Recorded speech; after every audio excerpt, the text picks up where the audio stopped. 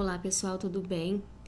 Hoje vamos falar um pouquinho sobre o livro de Ezequiel, que em breve começaremos a ler.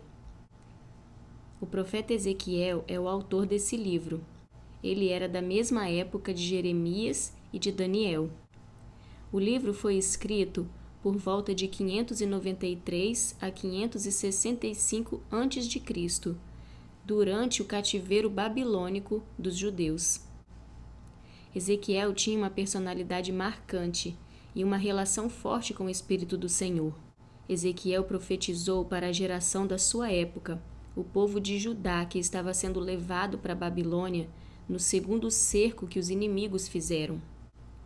Aquele povo era um povo pecador e desobediente.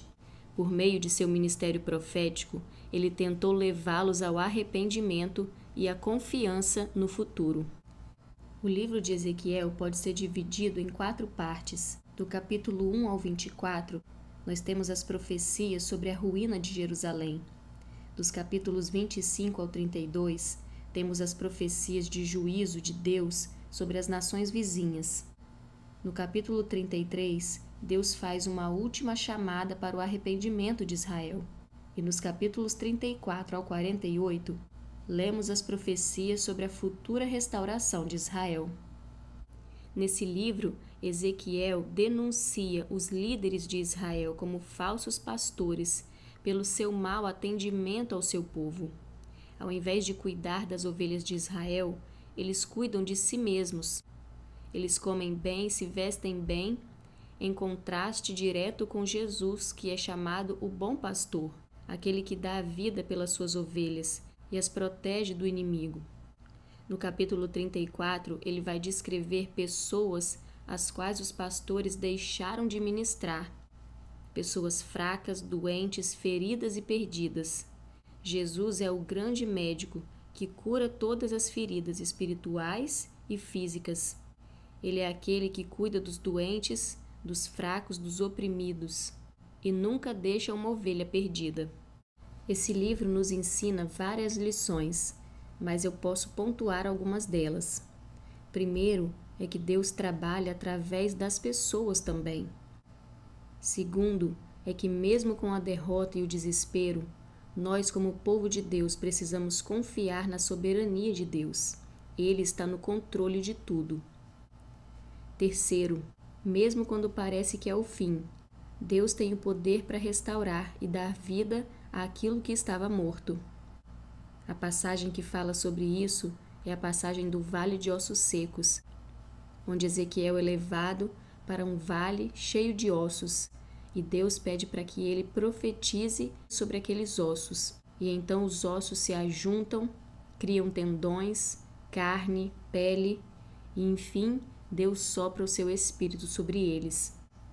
E assim Deus pode fazer com você, com seus sonhos, com seu ministério, com tudo aquilo que você achava que estava morto.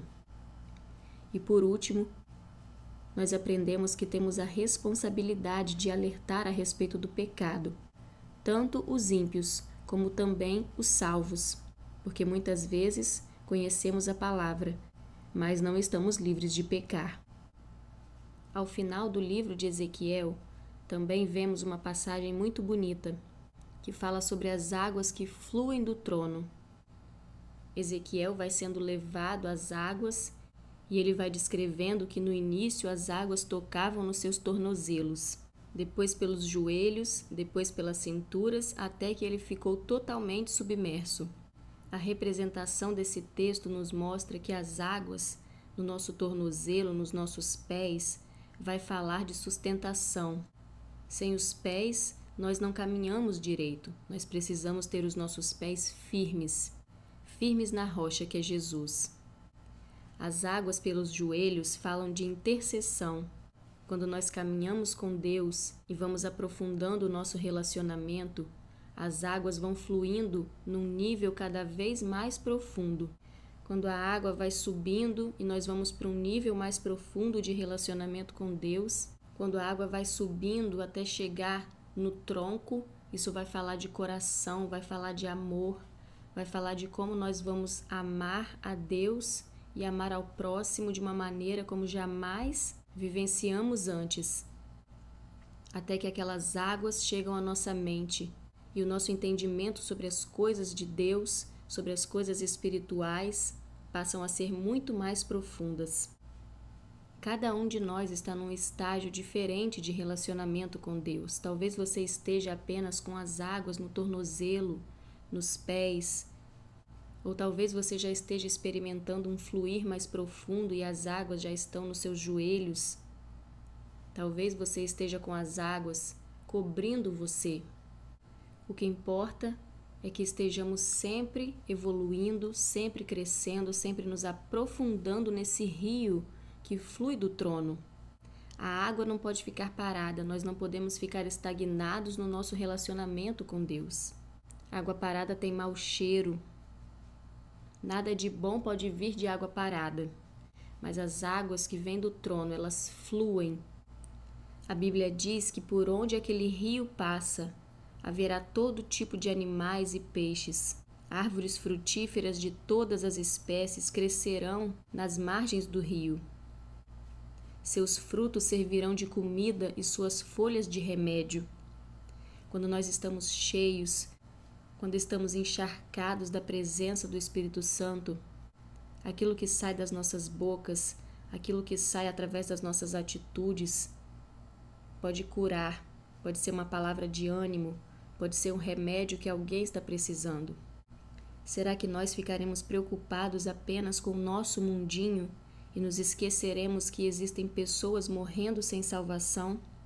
Ou seremos como Jesus e nos esforçaremos para resgatar e cuidar das ovelhas perdidas desse mundo? Faça a escolha certa. Fique na paz e espero vocês na nossa leitura. Um grande abraço.